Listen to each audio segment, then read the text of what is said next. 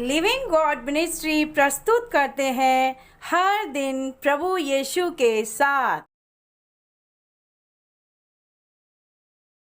Praise the Lord. आप सबों को जय मसीह की। परमेश्वर आप सबों को बहुत सारी आशीषों से भरे। हर दिन प्रभु यीशु के साथ कार्यक्रम में आप सबों का बहुत बहुत स्वागत है। प्रभु की आशीषें आपके पूरे घराने परिवार हर चीज़ पर बनी रहे यीशु के नाम में आमीन। आइए हम आज की प्रार्थना को आरंभ करेंगे। सबसे पहले हम प्रार्थना में जाएंगे। अपनी आंखों को बंद करें। धन्यवाद धन्यवाद धन्यवाद मेरे जीवित महान सामर्थी पिता परमेश्वर, हम आपका धन्यवाद करते हैं, आपकी स्तुति महिमा जय जयकार और प्रशंसा करते हैं प्यारे प्रभु जी कि आपने हमें संभाला और आशीषित किया है, हमें ब्लेस किया है प्रभु। आपकी समस्त आशीषों और बरकतों के लिए हम आपका धन्यवाद करते हैं प्रभु। और प्रभु आज का इस सुंदर दिन आपने हमें देखने का मौका दिया और यह हर दिन प्रभु यीशु के साथ कार्यक्रम को बनाने में आपने हमारी मदद की प्रभु जी, हम आपका धन्यवाद करते हैं। इस वक्त हम जो भी वचन पर मनन करते हैं, आप प्रार्थना करते हैं प्रभु, उसमें आपकी अगुवाई हमारे साथ हो, क्योंकि बिना पवित्र आत्मा के हम वचन को नहीं सीख सकते। इसलिए पवित्र आत्मा आप हमारी अगुवाई करें, हमें संभालें और हमें लीड करें। इस प्रार्थना को हम अपने जीवित उद्धारकर्ता प्रभु यीशु मसीह के नाम से मांगते हैं, आमीन आमीन। तो मेरे प्यारे अजीज़ों, आज के इस कार्यक्रम में हम मनन करने जा रहे हैं। जैसा कि हम काफ़ी पिछले दिनों से हम उन बातों के ऊपर मनन कर रहे हैं, दिन प्रतिदिन एक एक बात पर मनन कर रहे हैं, जिसे हम नीति वचन 6 अध्याय उसके 16 से लेकर 19वें वचन तक अध्ययन कर रहे हैं, एक एक चीज़ का। जैसा कि पहला वचन 16वें अध्याय में लिखा है, 6 वस्तुओं से यहोवा बैर रखता है, वरन 7 है जिससे उसको घृणा है। आज हम उस छठी बात को देखेंगे, क्योंकि हम 5 बातों को हम देख चुके हैं जिनसे परमेश्वर को नफरत है, परमेश्वर घृणा करता है। और हम आज 19वें वचन को पढ़ेंगे। नीति ध्यान से सुने, नीति वचन 6 का 19 में हम उस छठी 5 बातों को हम देख चुके हैं, मनन कर चुके हैं। आज हम छठी बात पर मनन करेंगे, जो है जिस बात से परमेश्वर घृणा करता है, वो है झूठ बोलने वाला साक्षी। एक बार फिर से ध्यान से सुने, झूठ बोलने वाला साक्षी, यानी झूठ बोलने वाले मनुष्य से परमेश्वर घृणा करता है। और झूठ तो बोलने वाले से परमेश्वर घृणा करता ही है। और दूसरी बात, झूठ बोलने वाले साक्षी से, यानी जो झूठी गवाही को देते हैं, जो झूठ बोलकर अगर किसी ने गलत काम किया है और उसको झूठ बोलकर बचा लेते हैं, तो ऐसे लोगों से भी परमेश्वर घृणा करता है।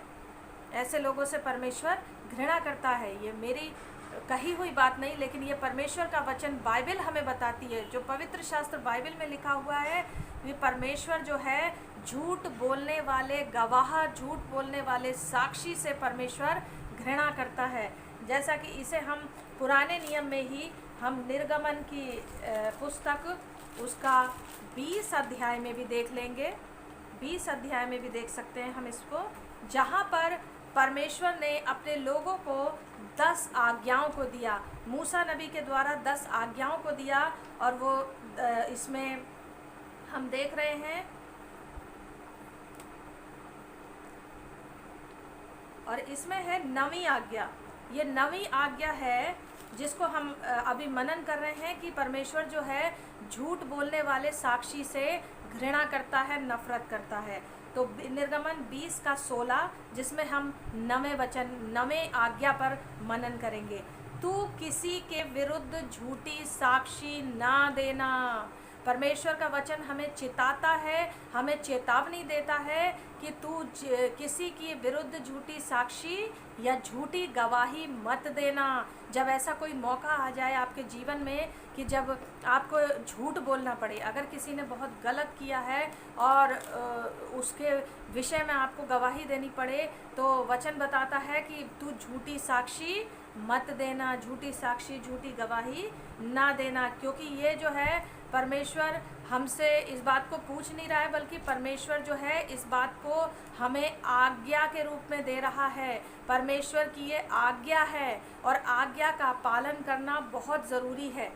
कई बार मेरे प्यारे अजीज़ों, ऐसा होता है कि हम अपनी गलत झूठी गवाहियों को देकर, झूठी साक्षियों को देकर बहुत से गलत लोगों को बार बार बचाते रहते हैं। बचाते रहते हैं और बचाते रहते हैं। और हम ये नहीं समझ पाते कि ऐसा करके हम भी पाप के भागी बन रहे हैं, हम भी पाप कर रहे हैं, और ये बातें हमें पाप की ओर धकेल रही हैं। और परमेश्वर पाप से क्या करता है? घृणा करता है। परमेश्वर पाप से नफरत करता है। कई बार बहुत से गलत लोग होते हैं जो बहुत ही गलत जो बातें नहीं करनी चाहिए वो भी करते हैं, और लेकिन हम गलत बातों में उनका लगातार साथ दिए जा रहे हैं। मेरे प्यारे अजीज़ों, अगर आप एक मसीही हैं तो ये इसका मतलब ये नहीं है कि क्षमा करना, क्षमा इसे नहीं बोला जाता है। लेकिन मेरे प्यारे अजीज़ों, अगर हम किसी गलत व्यक्ति का उसकी गलतियों में बार बार साथ दिए जा रहे हैं तो हम भी दोषी ठहरेंगे, हम भी पापी ठहरेंगे।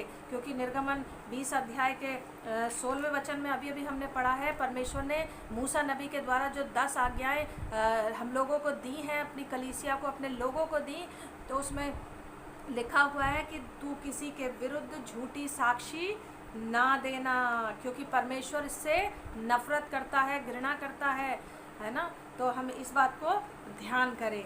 और उसी तरीके से हम निर्गमन 23 का पहले वचन में भी हम पढ़ लेंगे, जिससे और हमें क्लियर हो जाए, ये बात हमें और क्लियर हो जाए। निर्गमन 23 का पहले वचन से हम पढ़ेंगे, न्याय और निष्पक्षता, झूठी बात ना फैलाना। झूठ से परमेश्वर को नफरत है, इसलिए परमेश्वर कहता है, प्रभु का वचन कहता है, झूठी बात ना फैलाना, झूठ बात हो जो उसे ना फैलाना। अन्यायी साक्षी होकर दुष्ट का साथ ना देना। यहाँ देखिए, जो दुष्ट का साथ देता है, जो व्यक्ति दुष्ट का साथ देता है, उसके विषय में लिखा हुआ है कि वो अन्यायी साक्षी है। वचन पर ध्यान करें, वो अन्यायी साक्षी है। यहाँ पर लिखा हुआ है कि झूठी बात ना फैलाना और अन्यायी साक्षी होकर दुष्ट का साथ ना देना। वचन में लिखा है कि जो दुष्ट वो जन है, जो लिखा है वचन में, जो बार बार डांटे जाने पर भी हट करता है, जो बार बार डांटे जाने पर भी हट करता है, और जो बार बार अच्छा सिखाने के बावजूद भी अगर वचन को नहीं मानता, नहीं पालन करता है, तो उस व्यक्ति का साथ हमें नहीं देना है। बार बार वो उसको वचन की अनाज्ञाकारिता करता है और बार बार अति कर देता है, हद कर देता है इस बात की कि उसको समझा कर आपको कई साल बीत गए हैं, काफ़ी समय आपको लग गया है, और आप अन्यायी साक्षी होकर आप भी अन्यायी साक्षी कहलाए जाएंगे। इसीलिए यहाँ लिखा हुआ है कि अन्यायी साक्षी होकर दुष्ट का साथ मत देना, और आप बार बार उसका साथ दिए जा रहे हैं तो आप भी उसके साथ बराबर के दोषी हैं, आप भी बराबर के साथ उसके गलत काम के साझेदार हैं। तो मेरे प्यारे अजीज़ों, ध्यान दें, वचन आपको क्या सिखाता है।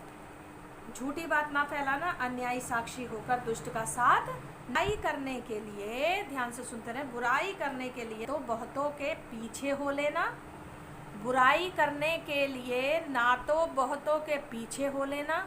ध्यान से सुने, जहाँ पर बुराई हो रही हो, जहाँ गलत काम हो रहा हो, किसी की बुराई का काम हो रहा हो, तो वहाँ लिखा है बुराई करने के लिए ना तो बहुतों के पीछे हो लेना। ना तो बहुतों के पीछे मतलब बहुतों के पीछे मत हो लेना बुराई करने के लिए, और ना उनके पीछे फिर के, और ना उनके पीछे फिर के मुकदमे में न्याय बिगाड़ने को साक्षी देना, और ना उनके पीछे होकर मुकदमे में न्याय बिगाड़ने को साक्षी देना। क्योंकि देखिए, परमेश्वर का वचन भी हमें बताता है, जो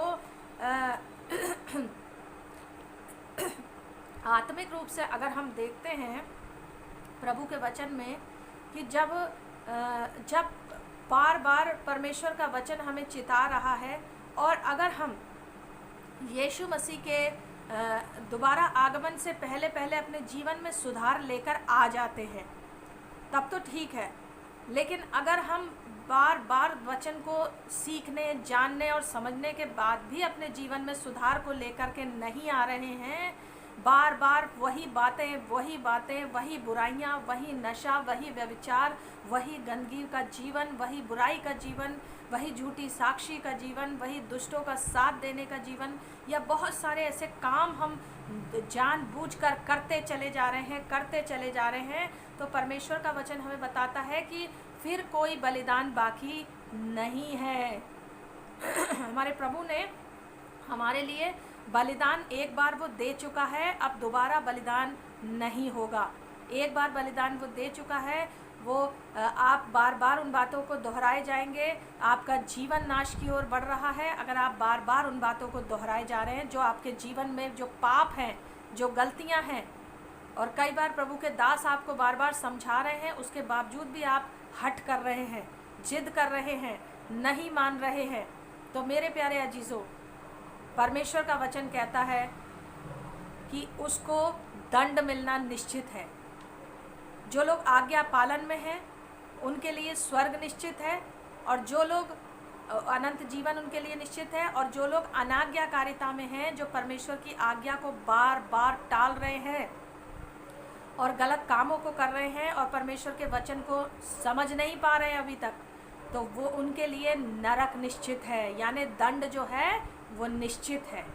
तो मेरे प्यारे अजीज़ों, इन बातों पर बहुत ध्यान दें अपने जीवन में। अगर ऐसा कुछ आप आज भी कर रहे हैं तो बड़ा ध्यान दें इन बातों पर कि लिखा हुआ है, एक बार फिर मैं पढ़ दूंगी, बुराई करने वाले करने के लिए ना तो बहुतों के पीछे हो लेना और ना उनके पीछे फिर के मुकदमे में न्याय बिगाड़ने को साक्षी देना। इस काम के लिए मना किया गया है। और कंगाल के मुकदमे में उसका भी पक्ष ना करना। और भी हम ये वचन हमें बताता है कि हमें झूठी गवाही, मेन जो हम शॉर्ट में हम कहें उसको, कि अगर हमें किसी सत्य बात के लिए, सच्ची बात के लिए खड़े रहना पड़े, तो उसके लिए हमें दुख भी उठाना पड़े, तो वो जायज़ है। उसको परमेश्वर भी जायज़ मानते हैं। उसका वचन भी कहता है, अगर किसी सच्ची बात के लिए, अच्छी बात के लिए, परमेश्वर के वचन पर अड़ा और खड़ा रहने के लिए अगर हमें किस बात बोलनी भी पड़े तो वो अच्छा है। लेकिन अगर हम झूठी साक्षी के द्वारा, गलत गवाही के द्वारा, गलत लोगों का साथ देकर हम उनको बार बार बचा रहे हैं, तो ये गलत है। वचन, परमेश्वर का वचन कहता है ये गलत है। इसीलिए और नया नियम में भी प्रभु यीशु मसीह ने, जब एक धनी युवक यीशु मसीह के पास आया था अनंत जीवन पाने के लिए, आपको याद होगा ये घटना, तो यीशु मसीह ने उससे भी कहा था, 18वें वचन में लिखा हुआ है, उसने उससे कहा कौन सी आज्ञा है। यीशु ने कहा यह है कि हत्या न करना, व्यभिचार न करना, चोरी न करना, झूठी गवाही न देना। देखिए यहाँ भी यीशु मसीह ने उसको इस आज्ञा को बताया है नए नियम में भी, कि मैंने जो आज्ञाएं तुम्हें दी गई हैं कि चोरी न करना, हत्या न करना, व्यभिचार न करना और झूठी गवाही ना देना। तो आप नए नियम में भी इस वचन को पाते हैं कि झूठी गवाही को नहीं देना है। और मरकुस और लूका में भी इसी बात को हम पढ़ लेंगे। मरकुस की पुस्तक में भी है, लूका की पुस्तक में भी है, दिया गया है कि झूठी गवाही को नहीं देना है। और अब हम रोमियो की पुस्तक, उसका 7 अध्याय, उसके 7वें वचन में भी पढ़ लेंगे, व्यवस्था और पाप। सो हम क्या कहें, क्या व्यवस्था पाप है? कदापि नहीं, वरन बिना व्यवस्था के के मैं पाप को नहीं पहचानता। व्यवस्था यदि ना कहती कि लालच मत कर, तो मैं लालच को ना जानता। मेरे प्यारे अजीज़ों, परमेश्वर का वचन जो बाइबल है, व्यवस्था की पुस्तकें हैं, उन्होंने हमें पाप का ज्ञान कराया। क्योंकि लिखा हुआ है कि अगर व्यवस्था नहीं कहती कि लालच मत कर, तो मैं लालच को ना जानता, है ना। व्यवस्था लिखा है शुरू में, तो हम क्या कहें, क्या व्यवस्था पाप है? कदापि नहीं, वरन बिना व्यवस्था के मैं पाप को नहीं पहचानता। यानी व्यवस्था के द्वारा हमें पाप की पहचान होती है, क्योंकि लिखा है चोरी मत कर, हत्या मत कर, झूठी गवाही मत दे और लालच मत कर। तभी तो हम ये जान पा रहे हैं। परमेश्वर का वचन हमें पाप के विषय में ज्ञात कराता है। जब हम परमेश्वर के वचन से अलग चल रहे थे, जब हम मसीह से पहले थे, तो हमें बहुत से ऐसी चीज़ें थी जो हमें पाप नहीं लगती थी, हम करते जाते थे और हम कहते थे ये कोई पाप होता है। लेकिन जब हम प्रभु में आए तो हमें बहुत सारी बातों का परमेश्वर के वचन से ज्ञान मिला कि अरे ये चीज़ें जो हम करते आ रहे थे, हमारी आंखें खुल जाती हैं, हमारी आत्मिक आंखें खुल जाती हैं और हमें तब हमें साफ साफ दिखाई देता है कि जो हम पहले कर रहे थे उनको हम उस समय तो पाप नहीं मान रहे थे, लेकिन जब से हमने परमेश्वर के वचन को पढ़ना शुरू किया, उस पर स्टडी करनी शुरू करी और उसको हम जानना और सीखना शुरू किया है, तब से हम इस बात को समझ पाए हैं कि हम पाप कर रहे थे, हम पाप में जीवन बिता रहे थे। हम इस बात को अच्छा समझते थे लेकिन ये बात गलत थी। आज बहुत सी चीज़ों को इंसान ने फैशन के रूप में ले रखा है। आज बहुत सी चीज़ों को फैशन के, गर्लफ्रेंड, बॉयफ्रेंड या व्यभिचार को भी आज का इंसान पाप नहीं मान रहा है, आम तौर से उसको फैशन बना दिया है लोगों ने। तो मेरे प्यारे अजीज़ों, परमेश्वर का वचन हमें ज्ञात कराता है, प्रभु की व्यवस्था हमें इस बात को ज्ञात कराती है कि ये चीज़ें क्या है, पाप है। 12वां वचन रोमियो 7:12, इसलिए व्यवस्था जो है, प्रभु का वचन जो है वो क्या है, पवित्र है और आज्ञा भी ठीक और अच्छी है। इसलिए व्यवस्था जो है पवित्र है और आज्ञा भी ठीक और अच्छी है। तो मेरे प्यारे अजीज़ों, अभी हमने बहुत सारे वचनों से हमने ये सीख लिया है कि परमेश्वर का वचन जो कहता है, जो हम नीति वचन 6 अध्याय उसके 19वें वचन से आज पढ़ रहे हैं कि परमेश्वर जो है झूठ बोलने वाले साक्षी से घृणा करता है। हमने बहुत से वचनों को यहाँ देख लिया और उस वचन पर मनन भी किया है। तो मेरे प्यारे अजीज़ों, अगर ऐसी कोई गलती आप आज भी कर रहे हैं तो गलत व्यक्ति का साथ छोड़ दें, गलत लोगों का साथ देना छोड़ दें। अगर आप पवित्रता और धार्मिकता का जीवन जीना चाहते हैं तो जो बार बार आपके समझाने के बावजूद भी नहीं संभल रहा है, जो बार बार आपके सिखाने के बावजूद भी नहीं संभल रहा है, तो उसको तो अपने हाल पर छोड़ना ही पड़ेगा, क्योंकि जब वो बात को मान ही नहीं रहा है तो ऐसे व्यक्ति का साथ देना भी बेकार है और हम उसके पाप में पड़ते चले जाएंगे और एक दिन ऐसा आएगा उसका साथ देते देते हम भी उसके साथ पाप में गिर जाएंगे। तो मेरे प्यारे अजीज़ों, ध्यान रखें इन बातों का। परमेश्वर जो है झूठ बोलने वाले साक्षी से घृणा करता है। अब हम उस 7वीं बात को पर मनन करेंगे जिससे परमेश्वर घृणा करता है। 7वीं और अंतिम बात है जो उससे हम, जैसे कि नीति वचन की पुस्तक में दिया गया है, उस 7वीं बात पर हम मनन करेंगे। आज के लिए हम झूठ बोलने वाले साक्षी पर हमने मनन किया है। तो मेरे प्यारे अजीज़ों, ध्यान दें कि हम झूठी साक्षी कभी ना दें और परमेश्वर के वचन के अनुसार हम चलें, क्योंकि ये बात मैं अपने मन से बनाकर नहीं लेके आई। ये बात आपको कई वचन मैंने पढ़वा दिए हैं और उनको समझा भी दिया है कि ये बात जो है परमेश्वर हमसे कहता है, परमेश्वर का वचन हमसे कहता है और परमेश्वर के वचन को हमें मानना बेहद ज़रूरी है। तो मेरे प्यारे अजीज़ों, आइए हम आपके लिए प्रार्थना करेंगे। अपनी आंखों को बंद करें। हालेलुया। धन्यवाद पिता परमेश्वर, आपकी समस्त आशीषों के लिए धन्यवाद। आज के सुंदर दिन के लिए आपका धन्यवाद जो आपने हमें दिया है मेरे परमेश्वर पिता। प्रभु जी, हमारे जितने भी प्रिय भाई बहन इस कार्यक्रम को देख रहे हैं उनको बहुतायत के साथ आप आशीषित करें, उन्हें ब्लेस करें। अपनी पवित्र आत्मा की सामर्थ्य के द्वारा इन वचनों को और अधिक सीखने में इनकी मदद करें परमेश्वर। और प्रभु जी, इनकी समझ, इनकी बुद्धि, इनका ज्ञान खुल जाए और प्रभु जी, ताकि ये वचन को अच्छे से समझने पाएँ और सही से उस वचन को अपने जीवन में ग्रहण करें और उस वचन का पालन करने वाले बने। प्रभु, जिन बातों से तू घृणा करता है ये भी उन बातों से घृणा करने पाएँ, जिन बातों से तू नफ़रत करता है प्रभु ये भी उन बातों से नफ़रत करने पाएँ, क्योंकि ये तेरे बच्चे हैं। तो तू पवित्र है, ये भी पवित्र बने रहें प्रभु जी। और प्यारे परमेश्वर पिता, जिन बातों को तू पसंद करता है, जिन बातों को तू चाहता है कि तेरे बच्चे करें, उन बातों को इनके जीवन में लेकर आ प्रभु, कि ये उन बातों पर, उन वचनों पर चलने वाले हो सकें जो तूने कहे हैं कि ऐसा करना है। तो प्रभु, इनकी मदद कर। अगर ये कोशिश में लगे हुए हैं कि वचनों का मैं पालन करूं, तो प्रभु इनकी हर कोशिश को तू कामयाब कर। और प्रभु जी, ये दिल से अगर अपने जीवन को बदलना चाहते हैं तो प्रभु आप इनकी मदद करें। बहुत से लोग ऐसे हैं जो चाहते तो हैं कि हमारे जीवन से नशा छूट जाए, हमारे जीवन से व्यभिचार छूट जाए, हमारे जीवन से झूठ बोलना छूट जाए, हत्या करना, चोरी करना और बहुत सारे जो पाप आपने परमेश्वर अपने वचन में बताएं। बहुत से लोग चाहते तो हैं लेकिन वो कोशिश कर रहे हैं, लेकिन वो उन चीज़ों को नहीं छोड़ पा रहे हैं। प्रभु आप उनकी मदद करें कि वो इन पापों को छोड़ने में प्रभु जी आपकी सहायता के द्वारा वो इन पापों को छोड़ सके। प्रभु इनकी मदद करें। प्रभु इनके घरानों पर, इनके परिवारों पर आपकी आशीष हो। इनके घर की हर बीमारी, हर परेशानी यीशु के नाम से दूर हो। इनके कर्जे यीशु तेरे नाम से चुकाए जाएं। इनके रुपए पैसे, इनकी आमदनी में तेरी बरकत हो। इनके काम धंधों पर, रोज़गारों पर तेरी आशीष हो। जो बेरोज़गार हैं उनको रोज़ी दे बख्श परमेश्वर पिता। और प्रभु जी इनके परिवार घरानों, इनके जानवरों पर, इनकी खेती बाड़ी पर और परमेश्वर इनके बिजनेस पर, इनके जॉब पर, इस पर तेरी आशीष हो।